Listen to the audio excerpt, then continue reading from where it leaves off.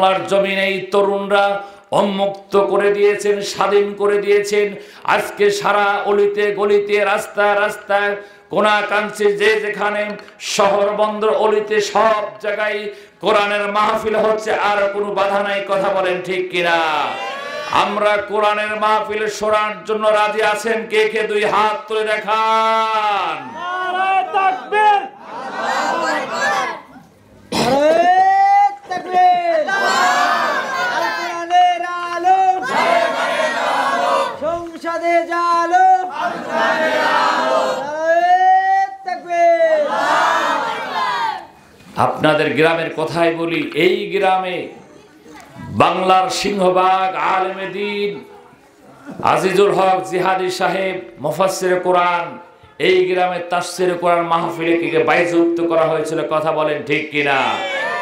আজকে আমরা জানা দিতে চাই, এই ডামরা থানা পাবনার এই পাবনার অঞ্চল থেকে জানা দিতে চাই, কোরআনের মাহফিলে বাধা দিতে আসলে আমরা তাদেরকে আর ছাড় দেব না।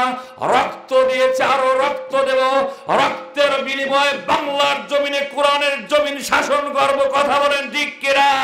বাংলার জমিন আর এই জালেমরা ফ্যাসিস্ট সরকার আর থাকতে পারে না। কথা বলেন ঠিক কিনা? কে গেছেন দুই হাত তুলে আল্লাহর আশীর্বাদ তাকবীর দিয়ে জানান।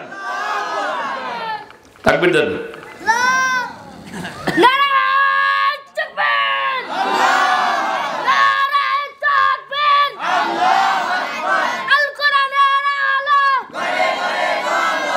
বাংলার জমিন স্বাধীন হয়ে গেছে।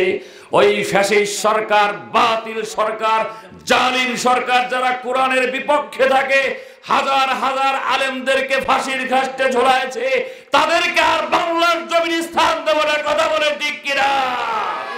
আমরা এই বাংলার জমিনে সব কোরআনের মুজাহিদ, এই জমিন ইসলাম